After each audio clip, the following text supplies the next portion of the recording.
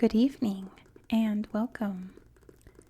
Tonight we will be going over the history and geography of Chișinău in Moldova.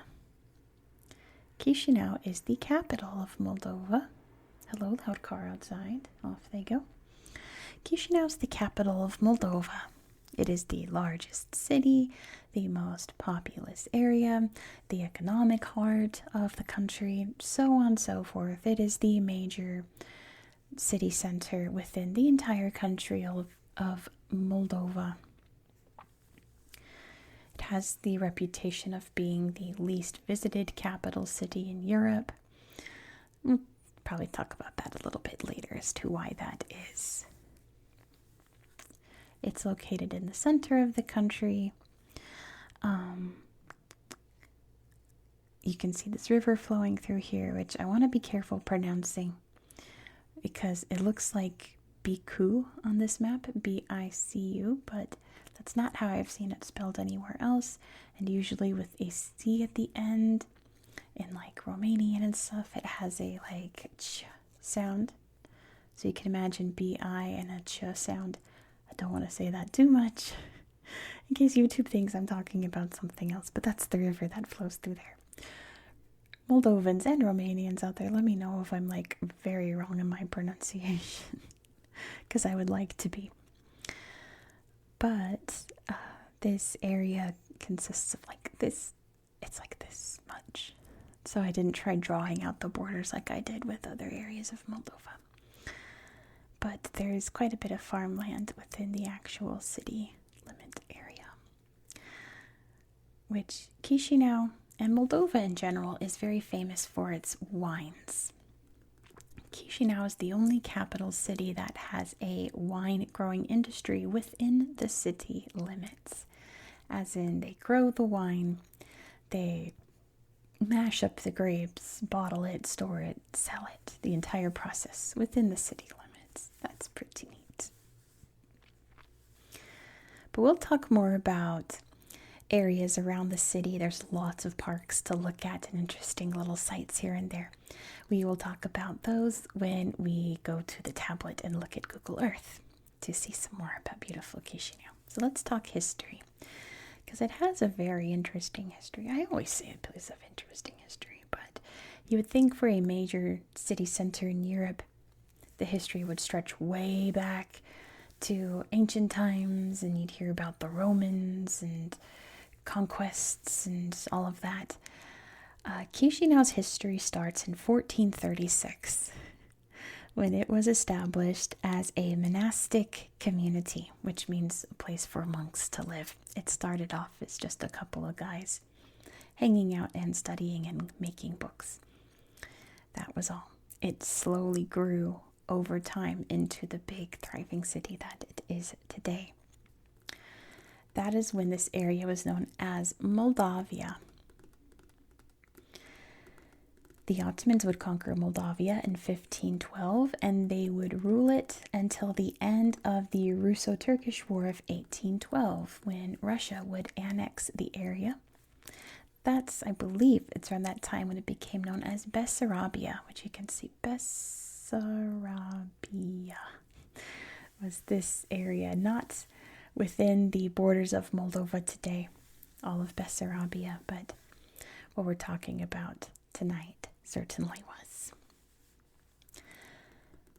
The Russians did a lot of building in the city at this time. Many of the churches and monuments that we'll see were built by the Russians during this time to commemorate their victory over the Ottoman Turks. And the fact that gets brought up every time I read about Chișinău is that Alexander Pushkin lived in Chișinău between 1820 and 1823. If you don't know who he was, Alexander Pushkin is considered like probably the at least top 3 most important Russian writers in history, poet, novelist, etc. Up there with like Tolstoy and Dostoevsky, all of that. Alexander Pushkin was extremely prominent Russian writer. In 1861, Chișinău became part of Romania, just absorbed by it. Romania's borders have grown and shrank throughout the years. That's a whole other story there. But Russia would re-annex it in 1878, and they would hold on to it until the Russian Revolution in 1917. But quick note to talk about a very sad topic that probably didn't begin in the 20th century, probably began earlier, but came to a head at the start of the 20th century, and that is the anti-Semitism that occurred here in the city. There is a very large Jewish population here at the turn of the century. Almost 50% of the population here was Jewish, just people coming here, escaping persecution in other parts of Russia. And since Chișinău was an up-and-coming area, providing lots of jobs and economic opportunity. In 1903, there was an anti-Semitic riot that would eventually become what's known in Russian history as a pogrom, which was, to put it lightly, the systematic oppression of Jewish people throughout Russian territories. By persecution, it could be restricting jobs, restricting where they can live, or restricting being in their bodies, if you know what I mean. They continued from there into World War II. So whenever we talk about Eastern Europe on the channel, we have to bring up the Molotov-Ribbentrop Pact. I feel like I have said that word more times than any other on this channel because it just comes up all the time. It completely changed Europe. In 1939, the Molotov-Ribbentrop Pact was a secret agreement between the Soviet Union and Nazi Germany. They were on the brink of war. Apparently, neither side wanted the other to declare war against the other. So they were like, hypothetically, if we went to war, which areas would we conquer? And they drew up, Molotov and Ribbentrop got together with a map of Europe and drew up, okay, Germany will take these and the USSR will take these. So this area came under the USSR sphere of influence of the Molotov-Ribbentrop Pact. So when war was declared later that year, the Soviets moved into their territories that they had hypothetically drawn up. It was no longer a hypothetical. The Soviets took over this area in 1940. Chișinău was very heavily bombed by Nazi Germany, leading up to 1941, when Romania would go all in with their besties, Nazi Germany, and take over this area. And the Axis powers would invade this area. And that is, of course, where the extent of Jewish persecution here came to a head. And Jewish culture here essentially came to an end during the Holocaust. I don't have to go into details. I feel like we all know what that entailed. But essentially, the Jewish population here went from tens of thousands to just under 100.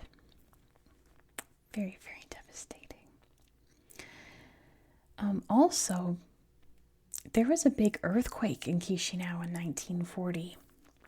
Most of the city was already destroyed by that before the bombing started. So when the dust settled at the end of World War II, the Soviets had retaken this area, became part of the Moldovan SSR. The city was pretty wrecked. Many, many buildings destroyed. So the Soviets, I'm sure, got very excited because they loved nothing more than their brutalist architecture. And they started rebuilding the city in the style of the day, which was big, boxy, cement, very cold-looking buildings. And that is what Chișinău is really known for today. It's considered like a really ugly city because of that style of architecture. They're trying to change that reputation. There's a lot of rebuilding happening in the city from what I understand. To kind of beautify it a bit, but it's slow going because it just has that reputation. Of course, Moldova would become independent with the collapse of the USSR in 1991. They've been their own thing since. There is a lot of corruption and I believe like oligarchs in power here in Moldova, taking a lot of the country's profits for themselves and not putting it back into the country, which is why Chișinău has this reputation of being the Moldova is the poorest country within Europe, Chișinău being the poorest capital city. Not much of a tourist infrastructure there for people to visit, right? But Moldova is part of the EU nowadays, so I'm sure it's much more easier for many Europeans to visit. And every video that I've seen of people visiting Chișinău, the people here seem so incredibly friendly, so welcoming. Yes, Theory has some amazing videos here in Moldova and Transnistria over here as well. It seems like Moldovans are just very kind, very generous, very welcoming people. It's like they see you and you're their best friend. You're part of the crew. Let's go drinking. Let's go partying. Come to my house. Spend the night. Meet my family. Come to my nephew's 8th birthday party. Like, just instantly they see you and they take you in. You become family here in Moldova. At least that's what I've seen from videos here. People here are so, so kind.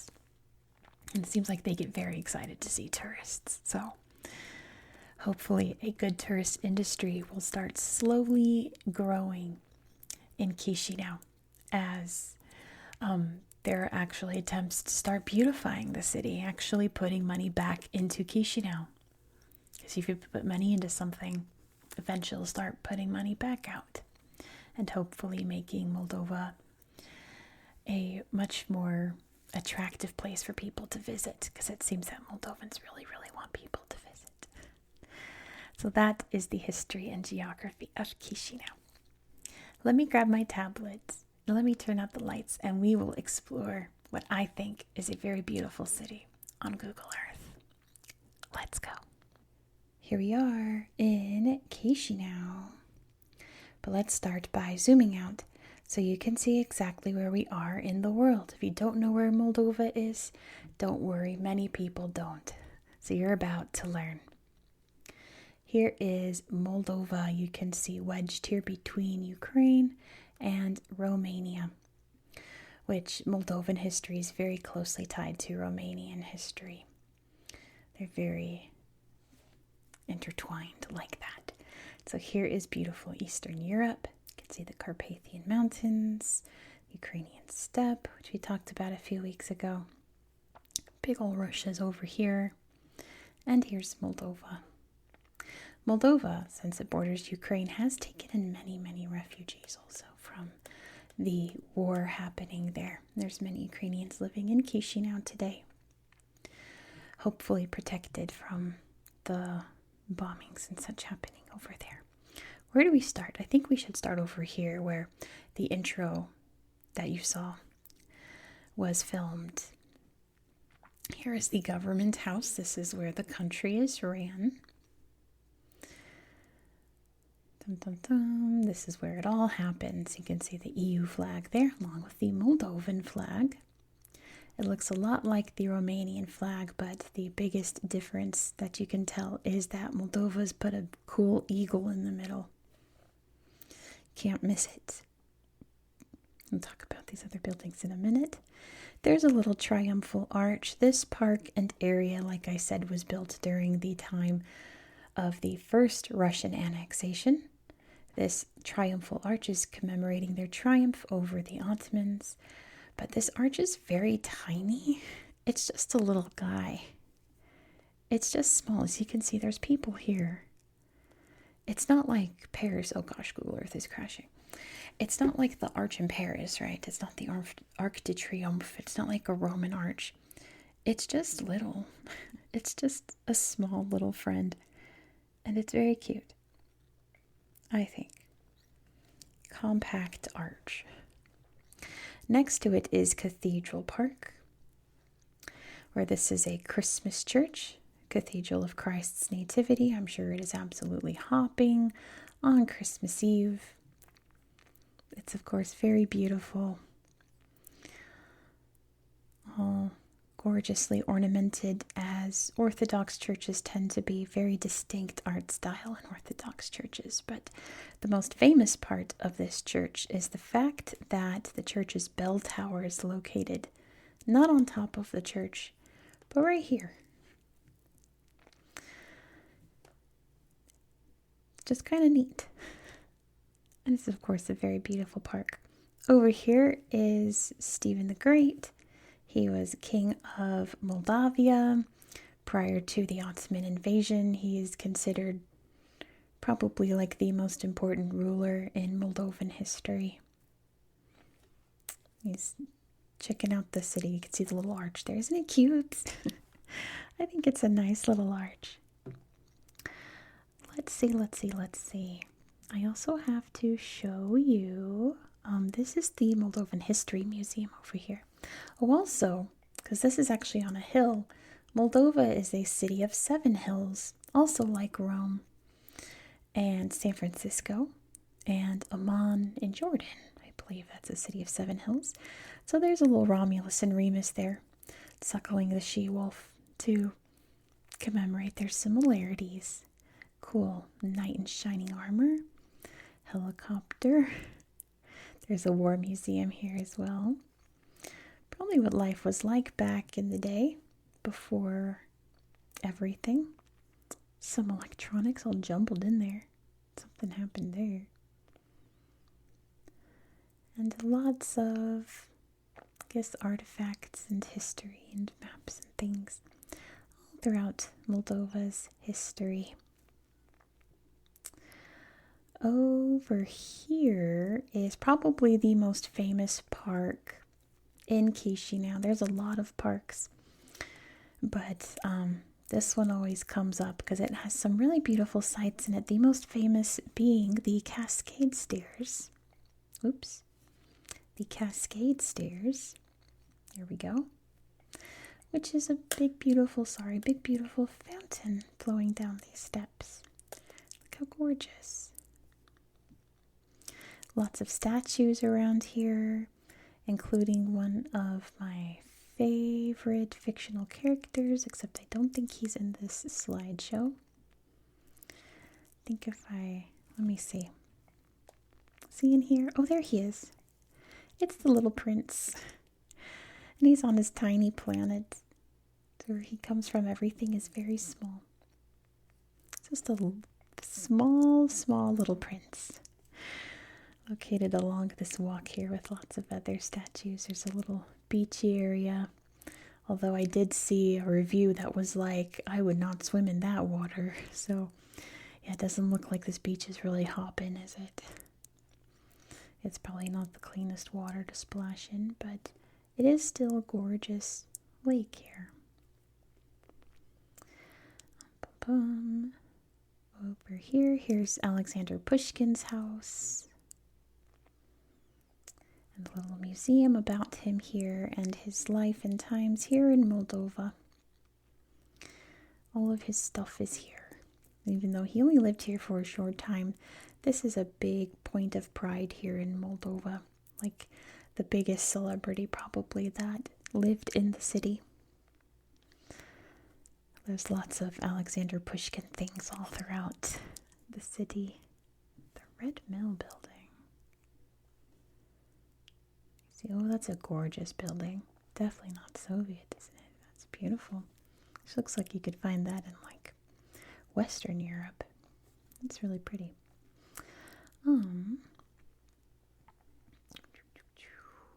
There's another park there. Heading down the main street here, there's the military museum. But, oh, and look at the Republican Stadium ruins. There's a lot of abandoned Soviet projects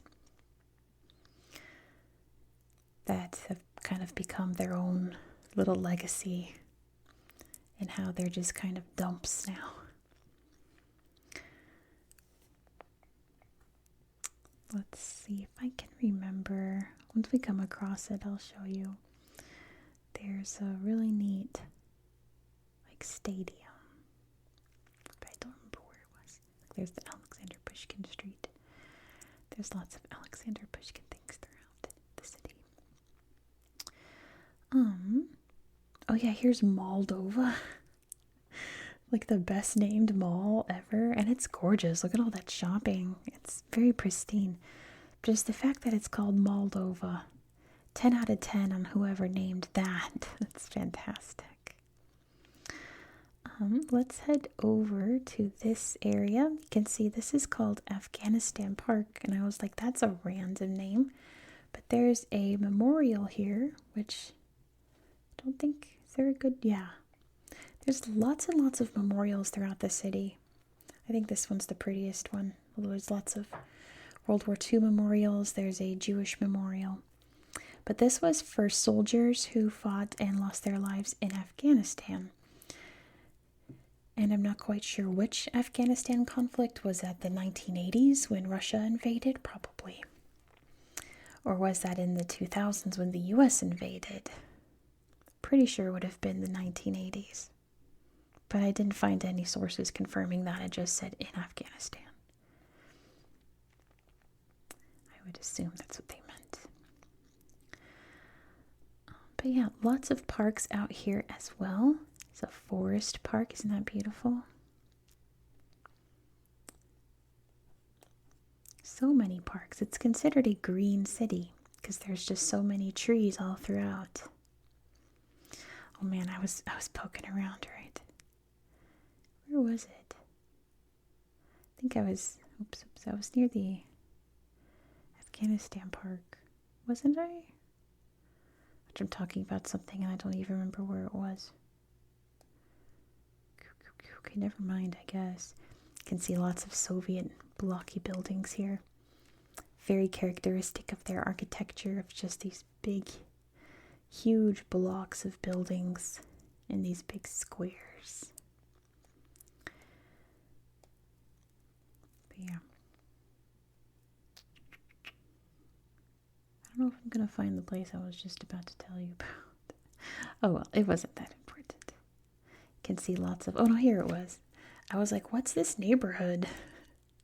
It's like, it's so perfectly laid out. And then as I zoomed in, I'm like, oh, this is not a neighborhood for living people, is it?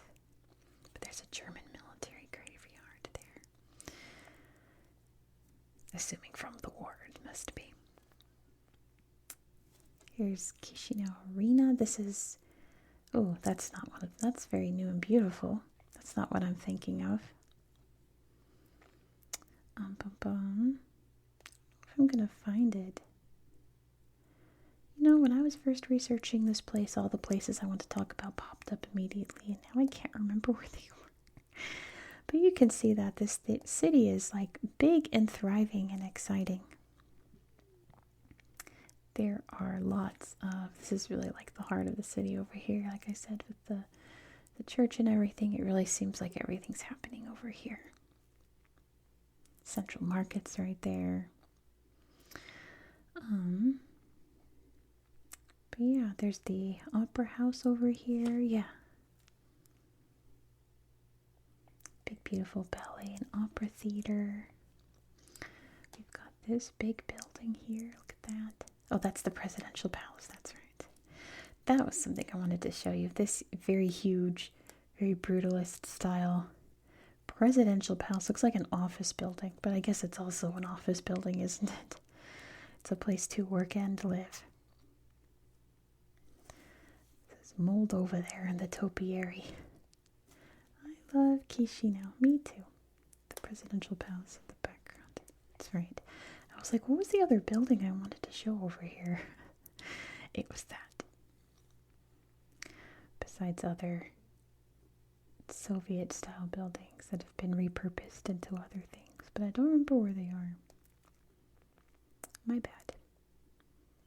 Anyway, if we go outside this city, get the borders up, you can see all of the farmland out here. Lots of industry and shopping over here. Oh, see, it's just showing the city, but you see the borders here?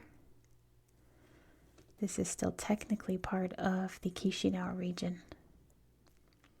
all this farmland and little suburb areas, which I don't remember if I found anything terribly interesting over here. It's just really pretty to look at. I think farmland looks like little quilts, and they're just really pretty from above. Looks like there's some mining over here or something, or some kind of industry. Something or other. Oh, that's right. I wonder if I can find it. It's the theme of the night, isn't it?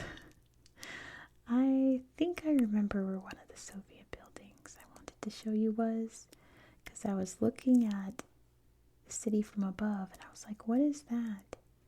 And then I wound up finding something really cool.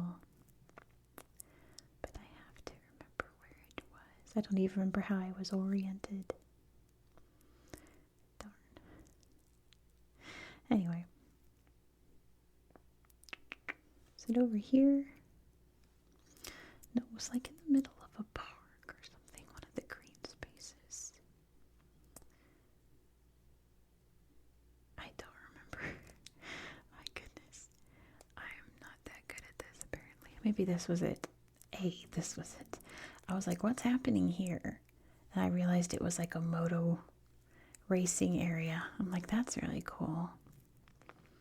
And then when I was in this area, I found what I was looking for, which is the State Circus, where of course there's dinosaurs. Dinosaurs always come up, but it's in this old Soviet building, which is like the most exciting, brutalist Soviet building. It's like, wow, it's jazzy. This big circus building. Yeah, when I think of Chișinău, I really think of places that look like this, very old and dated with lots of graffiti, but they're working to change that. Soccer. All the amazing art around.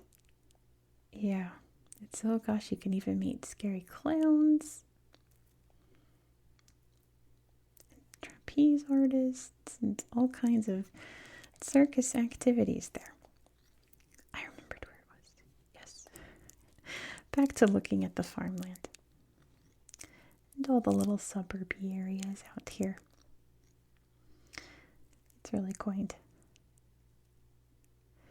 And Moldova is such an underrated place. I think it's so neat. Here's the international airport. Let's see what's happening here at the international airport. I haven't looked at this slideshow.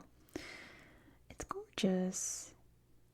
Looks like they got big like chandelier things. There's big airplanes. I would hope so. I hope there's airplanes at the airport. Look, here's the bathroom. Very classy. Nice little airport. But yeah, you can see all of the farmland around. Isn't that nice? It's a special place, Chișinău. I think, at least. And I think that you watching this, whenever you're bored and you have a minute, hop on Google Earth. It's free. You can get it on any device. And explore Chișinău. You never know what you're going to find. Maybe a big cat topiary. You can explore more of the parks. I just scratched the surface when it comes to parks. The beautiful buildings here, I think they're beautiful. Some are very old, some are very Soviet-y, and some are pretty new.